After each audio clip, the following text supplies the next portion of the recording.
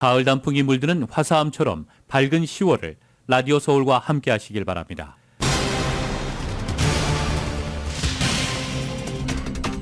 바이든 대통령이 18일 이스라엘을 방문하기로 했습니다. 이스라엘과 팔레스타인 전쟁의 사태 해결, 실마리를 찾을 수 있을지 주목됩니다. 이스라엘이 팔레스타인 공격을 위해서 밤새 폭격을 가한 결과 가자지구에서 최소 71명이 숨졌습니다. 사망자 수는 시간이 흐를수록 더 늘어날 것으로 보입니다. 제닛 옐런 재무장관은 하원이 재기능을 하기 시작하자마자 바이든 대통령이 우크라이나와 이스라엘을 지원을 위한 추가 경정 예산안을 제출할 것이라고 밝혔습니다. 미국 내 유태인과 무슬림에 대한 공격이 늘고 있는 가운데 지난해 유태인에 대한 공격이 25%가량 늘었고 코로나 대유행 당시 증오범죄의 타겟이 됐던 아시아인에 대한 범죄는 33% 감소했습니다. LA 전역에서 쓰레기 불법 투기, 노숙자 캠프천 관련 민원 신고가 급증한 것으로 나타났습니다. 한인타운은 LA시 전역에서 네 번째로 높은 노숙자 관련 민원 신고가 접수됐습니다. 이런 가운데 KT형 야로슬랍스키 LA시 오지구 시의원이 한인타운을 방문해 지역 현안을 논의했습니다. 특히 홈리스 문제와 치안 해결에 주력하겠다고 밝혔습니다. 캘리포니아 주민들의 세금 보고 마감일이 11월 16일까지로 한 달 더 연장됐습니다. 해외에서는 처음으로 평화의 소녀상을 세운 글렌데일시의 댄 브로트만 시장이 한중 평화의 소녀상이 최초로 건립된 성북구를 방문했습니다. 모기지 금리 고공행진과 주택 매물 감소 속에 올해 미국의 기존 주택 매매가 리먼 브라더스 붕괴 당시인 2008년 이후 최소치를 기록할 것이라는 전망이 나왔습니다. 주택시장 매물 부족 해소를 위해서 주택 판매 시 셀러가 부담하는 자본소득세 면제 한도를 2배로 늘리자는 방안이 하원에서 추진되고 있습니다. 미국 경제가 지난달에도 탄탄한 소비 증가세를 이어갔습니다. 연방 상무부는 지난 9월 미국의 소매 판매가 전월 대비 0.7% 증가했다고 밝혔습니다. 연방 하원은 오늘 하원의장 선출을 위한 본회의를 열고 하원의장 공백 사태 해결을 시도하게 됩니다. 하지만 여전히 큰 혼란과 진통이 예상됩니다. 서울중앙지방검찰청 등 수도권 주요 검찰청 국정감사 예선, 이른바 허위보도 의혹과 이재명 대표 수사를 둘러싸고 거센 공방이 벌어졌습니다. 대통령실 앞에서 집회와 시위를 금지할 수 있게 하는 개정집시법 시행령이 어제부터 시행됐습니다. 시민단체들은 탄압이라고 규정하며 법적 다툼에 나설 방침입니다. 텍사스 레인저스가 휴스턴 애스트로즈를 5대4로 꺾고 아메리칸 리그 챔피언십에서 2연승을 달렸습니다. 플레이오프 7연승 행진도 함께 이어가는 중입니다. 필라델피아 필리스는 애리조나 다이몬드백스를 5대3으로 꺾고 먼저 1승을 거뒀습니다. LA 차저스가 달러스 카우보이스와의 먼데이 나잇 풋볼 경기에서 17대20으로 패했습니다. 올해 큰 기대를 갖게 했던 LA 차저스가 현재 2승 3패로 부진한 성적을 갖고 있습니다.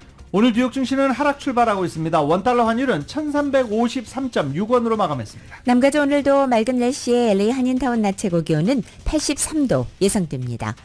이 시간 주요 뉴스는 하늘 위 호텔 세계 최대 항공기 아시아나항공 A380에서 차별화된 서비스를 만나보세요. 고국까지 편안하고 안전하게 모시는 아시아나항공 제공입니다. 여러분 안녕하십니까? 김윤정입니다. 안녕하십니까? 유지승입니다. 2023년 10월 17일 화요일 라디오 서울 모닝 뉴스 2부입니다. 라디오 서울 모닝뉴스 2부에도 중동 소식 먼저 시작하고 뉴스 이어가겠습니다. 이스라엘의 가자 지구에 대한 대규모 지상전이 임박했다라고 모든 언론들은 보도하고 예상하고 있습니다. 이런 가운데 하마스가 자신들이 붙잡고 있는 인질 수와 함께 인질의 모습을 공개했습니다. 동시에 이 인질들과 이스라엘 감옥에 있는 팔레스타인 사람 6,000명을 교환하자라고도 했습니다. YTN입니다. 팔레스타인 무장정파 하마스가 전격적으로 한 여성인질이 상처를 치료받는 모습을 공개했습니다. 이 여성은 자신을 21살의 미아 셴으로 이스라엘 중부 쇼암 출신이라고 밝히며 빨리 돌아가게 해달라고 호소했습니다. 하마스는 현재 가자 지구에 200명에서 250명 사이의 인질이 있고 몇 군데서 나눠 통제하고 있다고 밝혔습니다. 또 이스라엘의 가자 지구 공습으로 사망한 인질의 수가 22명이라고 주장했습니다. 그러면서 가자 지구에 대한 이스라엘의 공습이 인질들의 안전을 보장할 수 없게 한다고 경고했습니다. 하마스는 이스라엘이 가자 지구의 민가를 공습할 때마다 인질을 한 명씩 살해하겠다고 이미 공언한 상태입니다. 이스라엘은 당초 인질을 150명으로 파악했다. 199명까지 추가 확인한 상태입니다. 하마스의 전 수장은 별도의 TV 인터뷰를 통해 붙잡고 있는 인질들과 이스라엘 감옥에 있는 팔레스타인인 6천 명의 교환을 추진하겠다고 밝혀 인질 문제에 대한 협상 의지를 내비쳤습니다. YTN 유재웅입니다. 이스라엘과 하마스 분쟁 11일째를 맞아서 사망자가 계속 늘고 있습니다. 이스라엘이 인도주의 차원이라며 대피를 권고했던 가자지구 남부도 계속 폭격해서 팔레스타인 사망자가 속출하고 있습니다. 가자지구를 탈출할 수 있는 유일한 국경은 이집트가 여전히 봉쇄하고 있습니다. YTN입니다. 가자지구 북부의 난민 캠프입니다. 이스라엘군의 공습을 받아 처참한 폐허가 되어버렸습니다. 수많은 사람이 숨진 가운데 건물 잔해 속에서 혹시라도 있을지 모를 생존자를 찾는 구조의 손길이 분주합니다. 이처럼 북부는 물론 이스라엘이 대피하라고 지정한 가자지구 남부에도 공습은 예외 없습니다. 칸 유니스의 병원에는 폭격으로 다친 사람들이 쉴 새 없이 들어옵니다. 가자지구 내무부는 성명을 통해 이스라엘의 공습으로 남부인 칸 유니스와 국경지대 라파 등의 민가에서 수십 명이 숨졌다고 밝혔습니다. 북부에 집을 버리고 수십만 명이 겨우겨우 남쪽으로 피난을 왔지만 가자지구 안에서 안전한 곳이란 없습니다. 그나마 유일한 탈출구인 국경 라파는 이집트가 굳게 걸어 잠갔습니다. 입국자 사이에 팔레스타인 극단주의 세력이 숨어들 것이 우려되고 난민을 수용할 여력도 없다는 이유 때문입니다. 이 때문에 외부에서 가자지구로 들어가야 할 인도적 물품도 발이 묶였습니다. 이처럼 피난민들이 오도 가도 못하는 가운데 이스라엘 지상군은 가자지구 접경에서 언제라도 공격할 수 있도록 대기하고 있습니다. YTN 신홍진입니다. 팔레스타인 무장정파 하마스 공습을 받은 이스라엘의 강경 대응이 국제법을 어기고 있다고 유엔이 지적했습니다. 수많은 민간인 희생자를 낳은 하마스 이스라엘 간 무력 충돌 행위가 전쟁 범죄에 해당한다는 조사위원회 의견이 나온 데 이어 가자지구를 전면 봉쇄한 채 주민 대피령을 내린 이스라엘의 대응은 국제법에 어긋난다는 비판이 유엔에서 제기됐습니다. 유엔은 팔레스타인의 인권 침해 문제를 조사해온 인권조사위원회가 이스라엘과 팔레스타인이 분쟁 과정에서 민간인 사상자 발생을 막지 못해 분열과 증오를 심화하고 있다는 내용의 보고서를 최근 마침 완성했습니다. 이 보고서는 2021년 5월부터 올 8월까지 가자지구 등 이스라엘, 팔레스타인 간 분쟁 영향권에 있는 지역에서 인권 침해 사례를 조사하고 문제점을 지적한 내용이지만 지난 7일에 발생한 하마스의 공습과 이스라엘의 보복 조치도 약간은 언급되어 있습니다. 나비필레이 조사위원장은 우리 보고서는 고통스럽고도 시의적절하다면서 폭력을 종식하고 지속 가능한 평화를 달성할 유일한 길은 팔레스타인 지역과 이스라엘 전역에서 국제법을 엄격하게 준수하는 것임을 강조한다고 밝혔습니다. 보고서는 우선 민간인 거주지를 향해 로켓 박격포 공격을 감행한 하마스 행동도 무차별 공습에 해당하는 명백한 전쟁 범죄라는 점을 분명히 했습니다. 팔레스타인 무장정파 하마스의 기습 공격으로 전쟁이 발발한 지 11일째인 현지 시간으로 17일 이스라엘군의 봉쇄와 공습이 이어지는 가자지구의 인도주의적인 위기가 최고조에 달하고 있습니다. 가자지구 전역병원의 연료 비축불은 하루치, 상점 식량은 4, 5일분밖에 남지 않았다는 경고가 나오는 가운데 양측의 교전 격화로 인해서 사상자는 계속 늘고 있기 때문입니다. 이스라엘 북부와 레바논 남부 접경에서도 교전이 이어지면서 확전 우려가 커지고 이를 막기 위한 국제사회의 발걸음은 빨라지고 있습니다.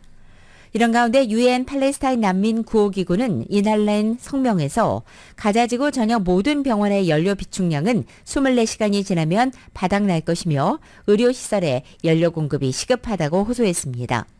또 유엔 산하기구인 세계식량계획도 가자지구 내 상점 식량 재고는 4, 5일을 버틸 정도 외에는 남지 않았다고 경고했습니다. 이스라엘 군의 전면 봉쇄와 공습으로 가자 지구에는 물과 전기, 식량 공급이 대거 끊기며 인도주의적 상황이 한계점에 다다랐다는 것이 현재 유엔의 지적입니다. 하지만 가자 지구에 구호품을 반입할 수 있는 사실상 유일한 통로라 알려져 있는 이집트 접경의 라파 검문소는 여전히 굳게 닫힌 상태입니다. 이스라엘의 보복 공습, 지상군 투입 준비 등으로 인도적 재앙 우려가 커진 팔레스타인 가자지구 주민들 대피를 위해 국경을 열라는 서방 국가들의 압박에 이집트가 반발하고 있습니다. 현재 이스라엘군이 전면 봉쇄한 가자지구에서 주민들의 유일한 탈출로는 남부에서 이집트로 연결되는 라파 국경 통행로입니다. 이스라엘의 지상군 투입이 임박한 것으로 알려지면서 가자지구 주민 수십만 명이 피난길에 올랐지만 이집트는 라파 통행로 검문소 문을 잠가놓고 있는 중입니다. 미국을 비롯한 서방 국가들이 외국 여권을 소지한 팔레스타인인들에게 이 통행로를 열 것을 이집트에 촉구하고 있습니다. 또 인도적 차원의 난민 수용 요구도 커지고 있습니다. 가자지구에서 이스라엘과 현지 무장정파 하마스의 지상전이 벌어지면 많은 민간인이 숨지는 대참사가 일어날 수 있기 때문입니다. 그러나 이집트는 이스라엘의 가자지구 공격이 길어지고 팔레스타인인들의 고통이 깊어질수록 팔레스타인 난민 수용 압력이 더 커질 것을 우려하고 있다고 파이낸셜 타임즈는 보도하고 있습니다. 이집트는 가자지구에 원조는 하겠지만 대규모 난민 수용은 거부한다는 명확한 메시지를 서방 외교관들에게 보내고 있습니다. 이집트 정부의 한 고위 관리는 유럽을 향해 우리가 팔레스타인 난민 100만 명을 받아들이길 원하느냐? 그럼 그들을 유럽으로 보내겠다 라면서 유럽은 인권에 관심이 많으니 난민을 받아들여라 라고 말하기도 했습니다. 그러면서 우리는 아니다 라고 선을 그은 것입니다.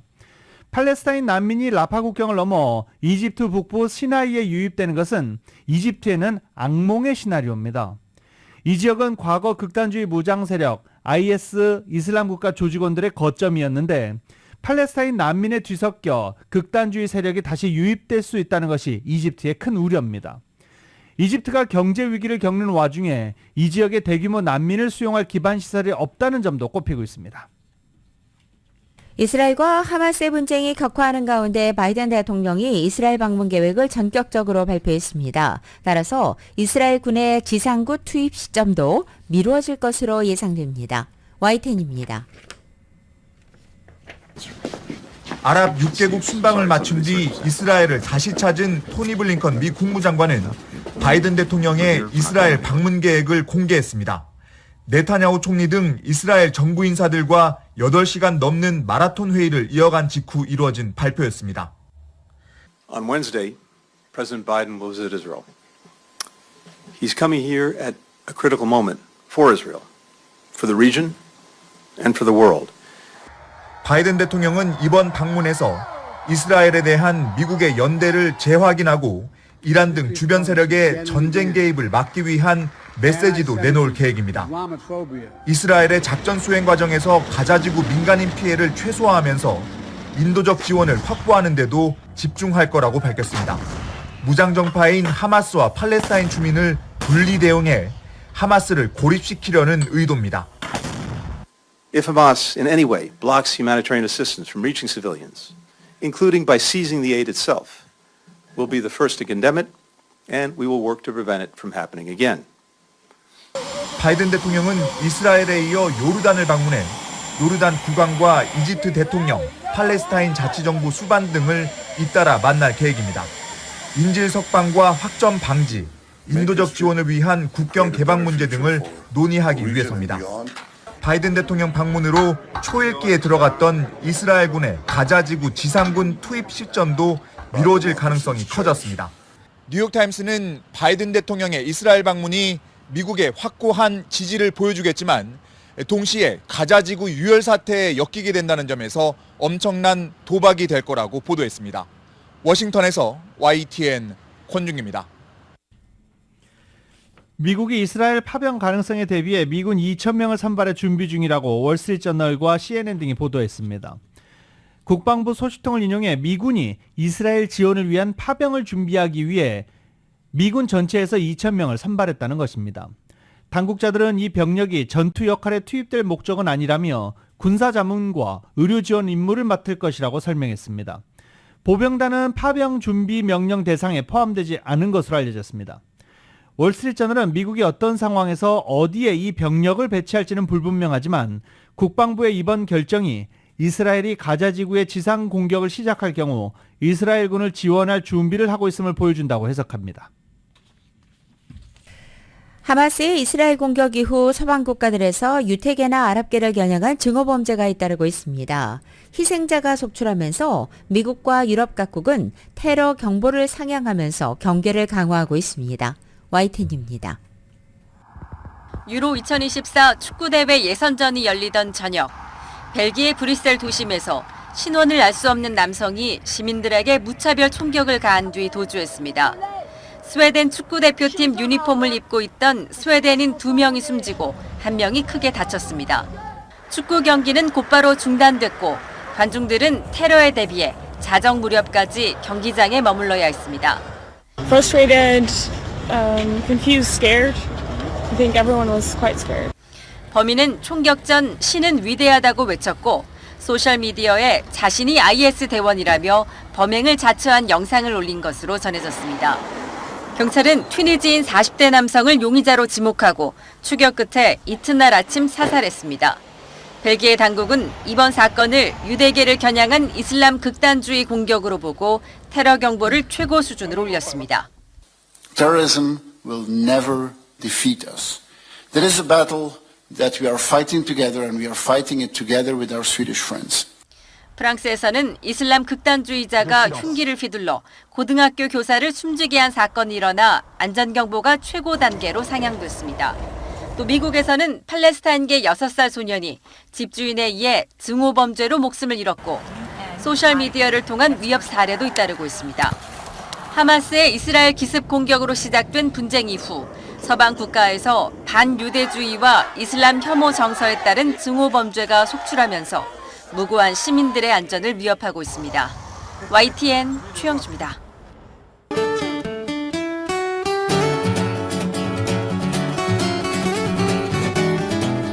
10월 17일 화요일 남가주의 날씨입니다. 오늘도 남가주 맑은 날씨에 낮 기온도 어제와 비슷하겠습니다. 수요일인 내일 역시 맑은 날씨 이어지고 내일은 낮 기온이 3, 4도가량 높아집니다. 그리고 목요일에도 역시 3, 4도가량 더 높아져서 목요일은 아마 이번 주 중 가장 더운 날씨가 되겠습니다. 이렇게 평년기온을 웃도는 반짝더위 금요일까지 계속되고 토요일부터는 더위의 기세가 수그러들면서 일요일부터는 오히려 예년기온을 밑돌아 서늘한 가을 날씨로 돌아서겠습니다. LA 한인타운의 오늘 낮 최고기온 83도, 밤 최저기온은 59도, 오렌지 카운티 지역 85도, 60도, 벨리와 일란드 엠파이어 지역은 93도, 59도, 해안 지역은 73도, 61도로 예상됩니다. 한국은 오늘 점차 구름이 늘겠고 서울의 오늘 아침 최저기온이 57도, 낮 최고기온은 70도로 예상됩니다.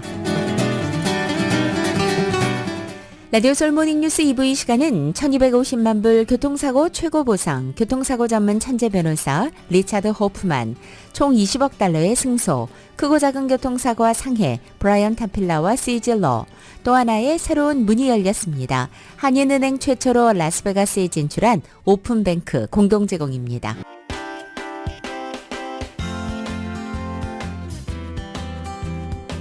라디오 솔 모닝뉴스 2부 이 시각 현재 프리웨이 교통 상황입니다. 먼저 101 노스 방향입니다. 10번 이스트로 연결되는 지점 고장 차량 한 대 멈춰 있습니다. 210번 웨스트 방향 베이스라인 로드와 만나는 지점 3중 추돌 사고 있습니다. 101 이스트 방향입니다. 리에스 어도비 로드와 만나는 지점 중간 레인에 단독 차량 사고 있습니다. 5번 사우스 방향 락스포드 스트리트과 만나는 지점 2중 추돌 사고 있습니다. 10번 이스트 방향에서 크레인셔 블루바드와 만나는 지점 히든런 사고 있습니다. 참고하시고 안전운전하시기 바랍니다.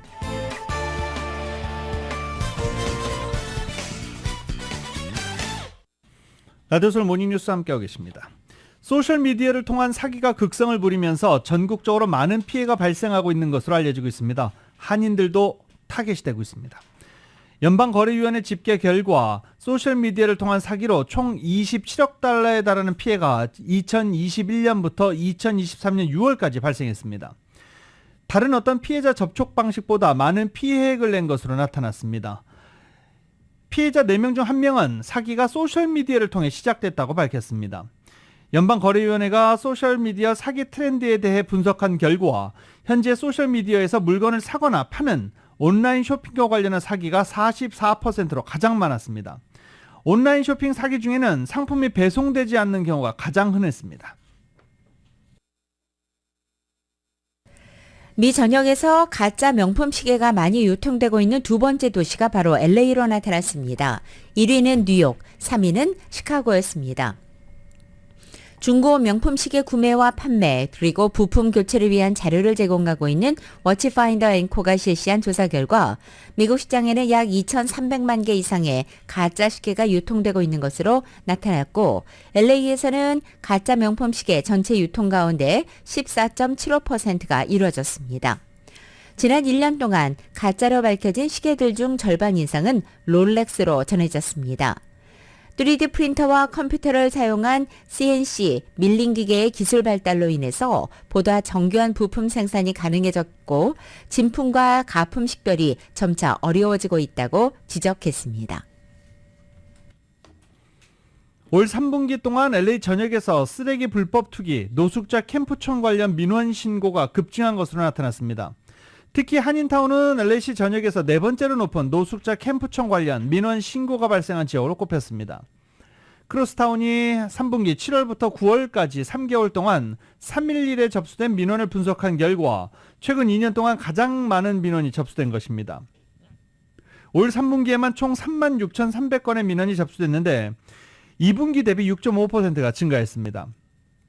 가장 많은 민원 접수가 보고된 곳은 보일 하이츠 지역으로 총 12,000여 건, 뒤이어 웨스트레이크, 노스 헐리우드, 벤나이스 순이었습니다. 특히 캐런베스 LA 시장이 노숙자들을 호텔, 모텔 등으로 즉각 이동시키는 인사이드 세이프 프로그램을 시행하고 있는 가운데 노숙자 캠프촌 관련 신고도 급증한 것으로 나타나고 있습니다. 인사이드 세이프 프로그램으로 LA 시장실은 노숙자 캠프촌을 철거했다, 노숙자 텐트촌을 깨끗하게 정리했다, 일주일 뒤에 다시 가보지 않는 이런 사후 처리도 크게 논란이 되고 있습니다. 왜냐하면 그들이 다시 그 자리로 돌아오기 때문입니다. 한인들도 많이 거주하는 행콕파크와 라브레아, 페어팩스 지역을 관할하는 LA시 제5지구의 KT형 야로슬랍스키 시의원이 어제 LA 한인회를 방문했습니다. 이은 기자가 전해드립니다. 16일 LA 한인회가 KT형 야로슬라브스키 5지구 시의원을 초청해 타운과 타운 서쪽 지역이 공통적으로 안고 있는 현안을 논의했습니다. 5지구 관할 지역 중 한인 밀집 지역인 라브레아, 페어팩스, 행콕팍 내에서도 타운 한인들이 겪는 문제와 유사한 문제들로 난감해야 하는 상황입니다. KT 야로슬라브스키 시의원은 자신의 지역구 내에서도 타운과 마찬가지로 홈리스 문제와 치안 부재로 지역 주민들의 삶의 질이 떨어지는 것이 가장 주된 문제라고 꼽았습니다. 홈리스 문제에 있어서는 5지구는 현재 임시 쉘터를 제공할 수 있는 상황이 아니다 보니 타 지역구의 쉘터까지 알아보고 있는 상황이라며 최대한 문제를 유연하게 대응하기 위해 노력하고 있다고 밝혔습니다. I'm going to be working closely on making sure we're putting the kind of housing we need, which is affordable and middle income, and prioritizing it for places near our new metro stations coming online. 특히 홈리스로 전락될 위험이 높은 주민들에게 어포더블 하우징을 제공하는 것에 더 집중하고 있는 상황이라며 저소득층을 위한 저렴한 아파트를 많이 증축해 이들이 홈리스로 전락하는 것을 막을 것이라는 입장을 전했습니다. 이와 관련해서 5지구 측은 5지구 내에서 퇴거 통지서를 받은 세입자들을 추적하고 관련 데이터를 가지고 있는 상황이라고 덧붙였습니다. 삶의 질 향상 문제에 있어서는 5지구 내 쓰레기를 비롯해 벽에 그려진 낙서를 해결하기 위해 클린팀이라는 이름의 특수팀을 마련했다고 설명했습니다. 치안 문제에 있어서는 한인 등 아시안을 상대로 벌어지는 증오범죄에 있어서 LAPD와 긴밀하게 협력해 최선을 다하고 있다고 밝혔습니다. Yeah, so we've been working closely with LAPD. It's frustrating because a hate incident is a serious thing. 이번 간담회에서는 한인회 외에도 한인타운 청소년회관 KYCC, 한인상공회의소, 한미연합회, 그리고 한인가정상담소 등 주요 한인 단체장들 또한 참석했는데 이번 간담회에서 원활한 대화가 오갔다고 평가했습니다. 스티브 강 한인타운 청소년회관 KYCC 대외협력 디렉터입니다. 제대로 이렇게 한인사회와 교류할 이런 기회가 없었거든요. 그렇기 때문에 요번에 이제 새로운 이런 그 릴레이션십 또는 파트너십을 맺게 돼서 저도 매우 기쁘게 생각합니다. 간담회에서는 야로슬라브스키 오지구 시의원은 향후 홈리스 문제, 스몰 비즈니스 지원, 치안 문제 해결을 위해 타운과 적극적으로 협력할 것이라는 입장을 표했습니다. 라디오 서울 뉴스 이은입니다. 모기지 금리 고공행진과 주택 매물 감소 속에 올해 미국의 기존 주택 매매가 리먼 브라더스 붕괴 당시인 2008년 이후 최소치를 기록할 것이라는 전망입니다. 월스트리트저널에 따르면 부동산 중개업체 레드핀의 연구 자료에 따르면 미국의 기존 주택 매매가 410만 건 가량으로 2008년 이후 최소치를 찍을 것으로 예상한 것입니다. 이코노미스트들에 따르면 기존 주택 판매는 2011년 이후 본 적 없는 수준으로 감소할 것이다라는 전망인 것입니다. 부동산 중개인협회에 따르면 올해 기존 주택 매매 건수가 예상치를 밑돌며 400만 건 미만을 기록할 경우 이는 1995년 이후 처음이 된다라고 이야기를 했는데 이미 레드핀의 자료를 보면 올해 일단 410만 건으로 나와 있거든요. 그러니 이 부동산 중개인협회, 레드핀, 진로 이런 데서 연구하는 게 그리고 주택 매매를 집계하는 방식이 조금씩 다른 것을 여기서 저희가 볼 수 있습니다. 금융위기 여파 당시 주택 매매 부진이 경기 침체와 주택 압류 등에 따른 것이었다면 지금은 23년 만에 최고를 찍은 모기지 금리와 주택 매물 감소 및 주택 가격 상승에 의한 것이라는 평가입니다. 최근 주택시장의 매물 부족 해소를 위한 방편이 나왔습니다. 주택 판매 시 셀러가 부담하는 자본소득세 면제 한도를 2배로 늘리자는 방안이 연방 하원에서 추진되고 있는 것입니다. 정윤호 기자입니다.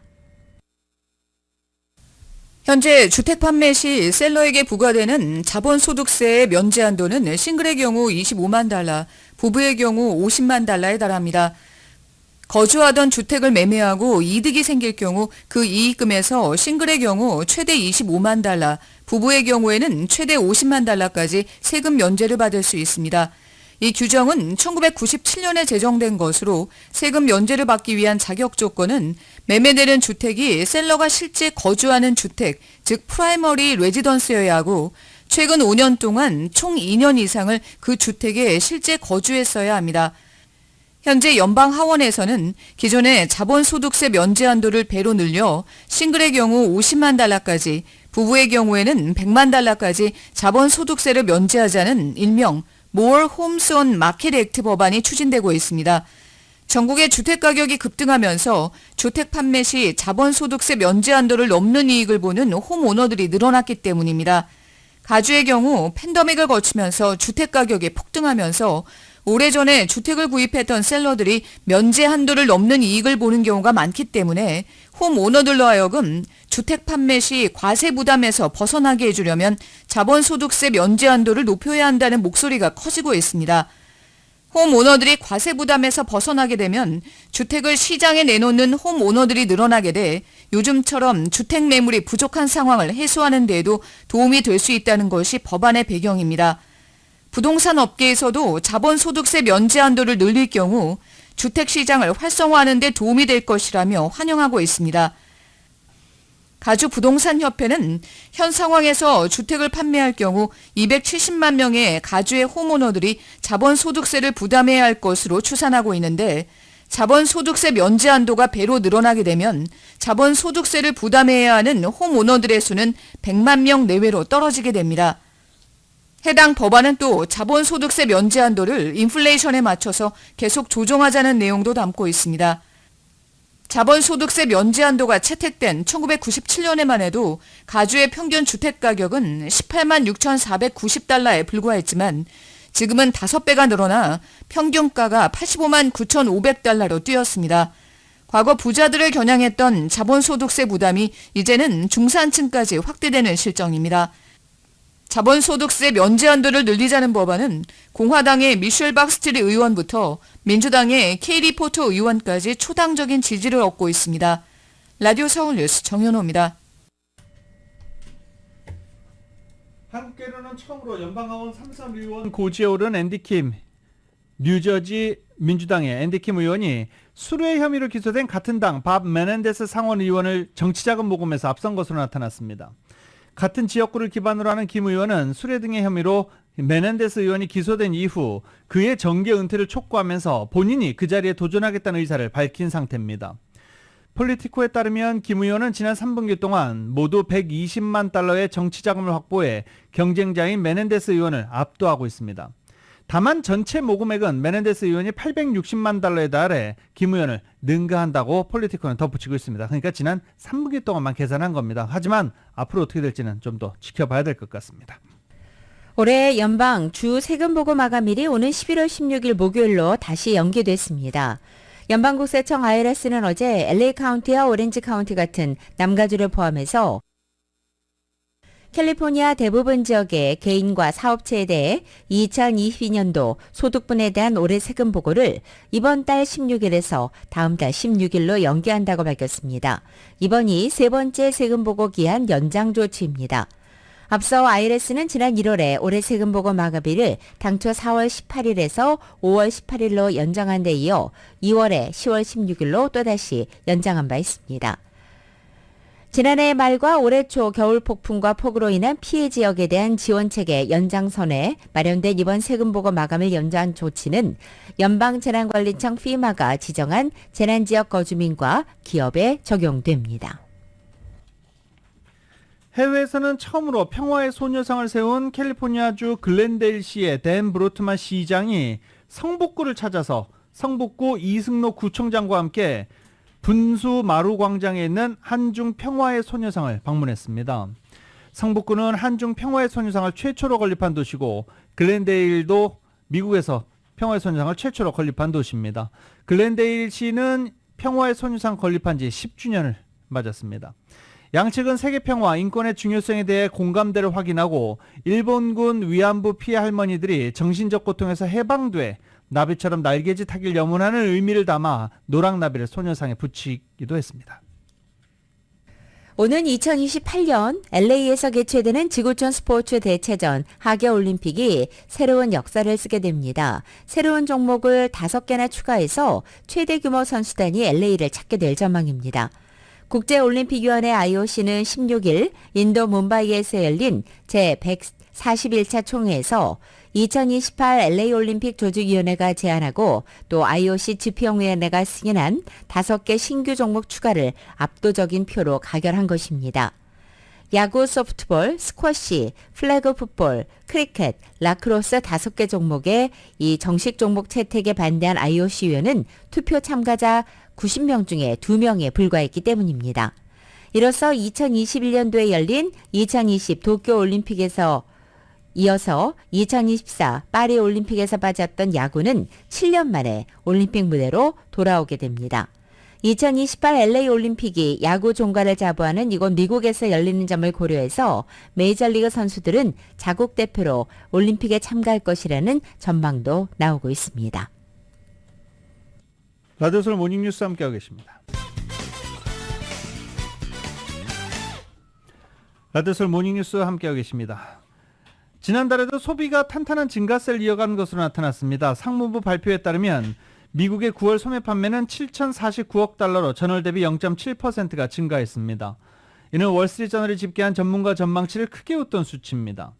지난 8월 소매 판매 증가율은 전월 대비 0.6%에서 0.8%로 상향 조정됐는데도 9월 소비가 전문가 예상치를 훨씬 웃돈 것입니다. 소매 판매는 미국 전체 소비의 약 3분의 1을 차지하며 경제 건전성을 가늠하는 평가 지표로 받아들여집니다.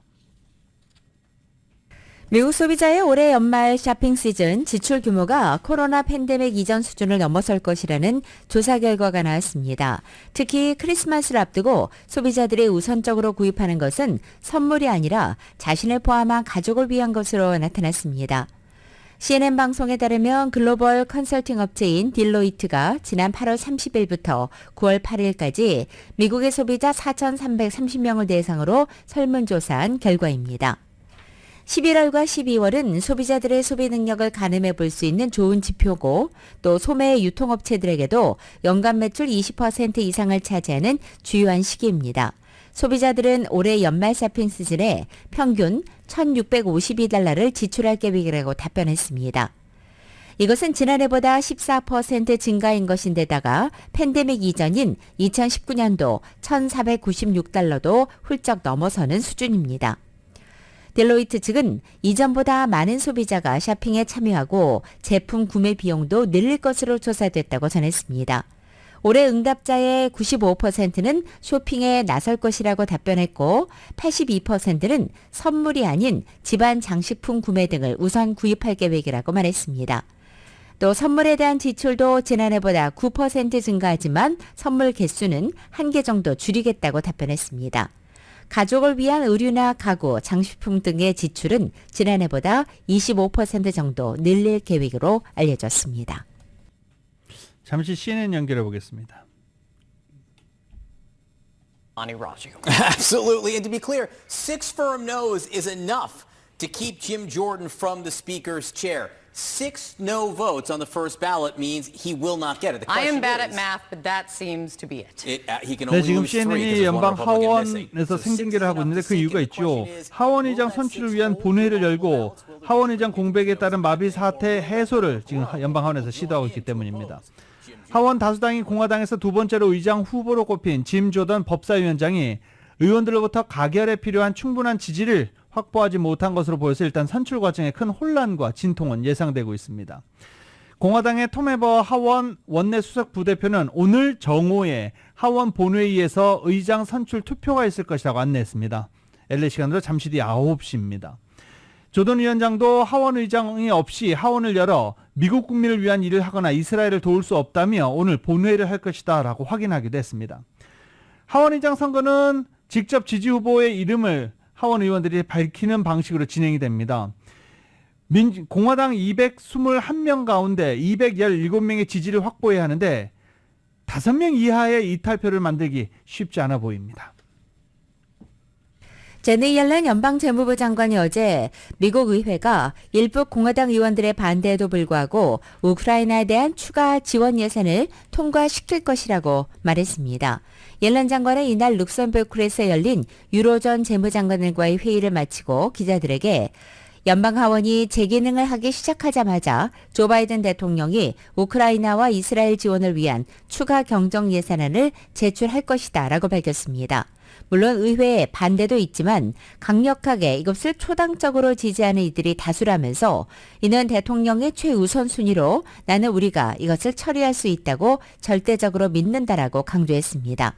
또한 글로벌 최저한세 도입안에 서명하는 것과 관련해서 추가로 해결해야 할 문제가 있다며 이 과정은 내년 이후까지 걸릴 것이라고 밝혔습니다.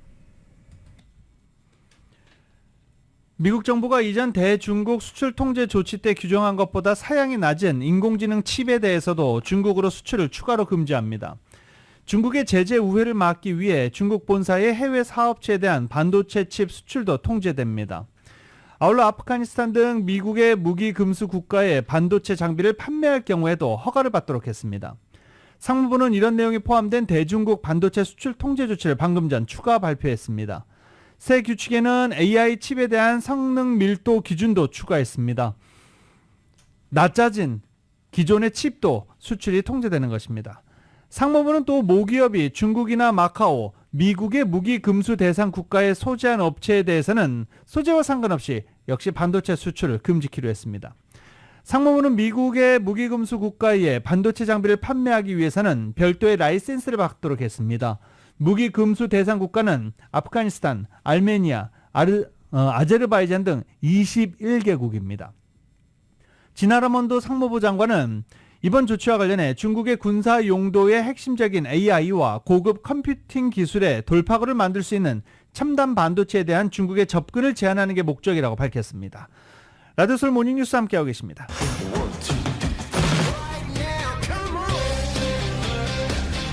라디오솔 모닝뉴스 스포츠 소식입니다. 스포츠 소식은 전문가가 추천하는 이민법과 가정법 전문 제인장 종합법률사무소 제공입니다. 왠지 재미가 없는 것 같은데도 왠지 재미가 있습니다. 이번 플레이오프가 그렇습니다. 메이저리그 플레이오프 텍사스 레인저스가 어제도 휴스턴을 꺾었습니다. 5대4로 아슬아슬하게 승리를 하고 지금 와일드카드부터 챔피언십 시리즈 2차전까지 7연승을 달리고 있습니다. 이틀 연속 우승한 텍사스는 포스트 시즌 7전 전승을 구가하면서 월드 시리즈 진출 확률을 높이고 있습니다. 또 텍사스의 예전에 다저스에 있던 코리 시거가 또 맹활약을 하고 있어서 많은 야구 팬들이 LA 야구 팬들이 반가워하고 있는 중입니다. 자, 그리고 경기만 하면 재밌어지는 필라델피아. 관중들의 환호 대단했죠. 그리고 또 돈을 아낌없이 투자한 필라델피아. 아낌없이 투자받은 선수들이 아낌없이 활약을 펼쳐주고 있습니다. 자, 이게 3박자가 딱딱 맞는다 라고 해도 과언이 아닌 게 바로 필라델피아입니다. 그리고 또 관중들의 응원, 아주 열광적인 곳 중 하나가 바로 필라델피아죠. 다저스는 이런 거 참 못 따라가요. 네, 관중들이 뿔뿔입니다. 필라델피아가 어제 애리조나 다이먼드백스와의 경기에서 5대3으로 승리를 거뒀습니다. 어제 내셔널리그 챔피언십 시리즈는 1차전이었는데요. 1차전에서 필라델피아 필리스가 승리를 거둔 것입니다. 애리조나도 오전 전승으로 지금 챔피언십 시리즈까지 왔다가 어제 필라델피아를 만나서 이번 플레이오프에서 처음으로 패배를 당했습니다. 어제 필라델피아 간판 타자 브라이스 하퍼는 역시 또 홈런을 때려냈습니다. 한국 축구대표팀이 오늘 새벽 베트남과의 평가전에서 6대0 완승을 거뒀습니다. 손흥민이 A매치 38호 골을 터뜨렸고 이강인은 2경기 연속골을 뽑아냈습니다. YTN입니다. 네, 우리 대표팀은 부상으로 튀니지전에서 빠졌던 손흥민을 선발로 출전시키면서 가용할 수 있는 최정의 멤버로 공격진을 꾸렸습니다. 좌우 측면에 황희찬과 이강인, 최전방에 손흥민과 함께 조규성, 그리고 공격형 미드필더 이재성까지 공격의 무게를 준 4-4-2 전형으로 나섰습니다. 선취골은 전반 5분 만에 터졌습니다. 이강인의 코너킥을 공격에 가담한 김민재가 헤더로 골네트에 꽂아 넣었습니다. 공격의 주도권을 계속 가져간 대표팀은 전반 26분에 이재성의 절묘한 직선 패스를 받은 황희찬이 그대로 왼발 슛으로 베트남 골문을 갈랐습니다. 후반에 대표팀은 포백 가운데 김민재를 제외하고 세 선수를 교체해서 새로운 조합을 실험했는데요. 후반 6분 만에 추가골이 나왔습니다. 손흥민이 돌파와 2대1 패스에 이어서 골문 앞으로 빠른 크로스를 넘겼는데 베트남 선수 다리에 맞고 공이 골대 안으로 흘렀습니다. 후반 15분에도 우리 선수들이 멋진 패스 연결에 이어서 한 골을 더 넣었는데요. 이강인에서 손흥민, 다시 황희찬을 거쳐서 손흥민이 네 번째 골을 완성했습니다. 손흥민의 A매치 38호 골입니다.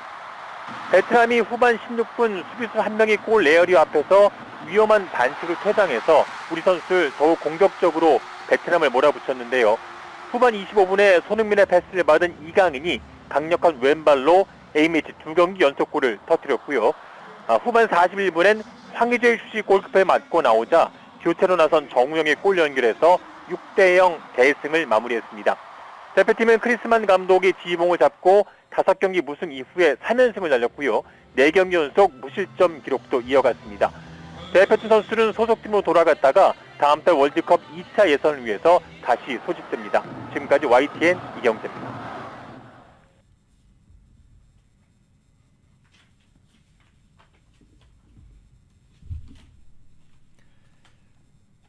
유로 2024 경기가 펼쳐지고 있죠. 호날두 살아있네 였습니다. 오늘 호날두의 첫 골은 페널티킥이었습니다. 가볍게 성공한 뒤 관중들 앞에서 호우 세리머니. 그리고 전반 20분에는 골키퍼를 살짝 넘기는 두 번째 골을 터뜨렸습니다. 오프사이드인가 했지만 아니었습니다. A매치 127호 골.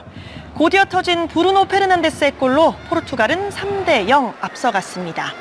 전반 32분 페르난데스의 패스, 그리고 호날두의 헛발질, 그리고 주안 칸셀로 슛골, 대포알 같은 슈팅으로 골망을 흔들었습니다. 4대0.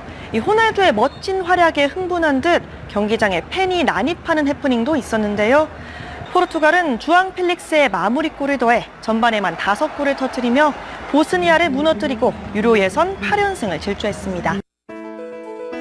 2023년 10월 17일 화요일에 전해드린 라디오서울 모닝뉴스 마치겠습니다. 지금까지 진행의 유지승, 김윤정이었습니다. 모닝뉴스 2부 이 시간은 1250만 불, 교통사고 최고 보상, 교통사고 전문 천재 변호사 리차드 호프만, 총 20억 달러의 승소, 크고 작은 교통사고와 상해 브라이언 타필라와 시질러, 또 하나의 새로운 문이 열렸습니다. 한인은행 최초로 라스베가스에 진출한 오픈뱅크 공동 제공이었습니다.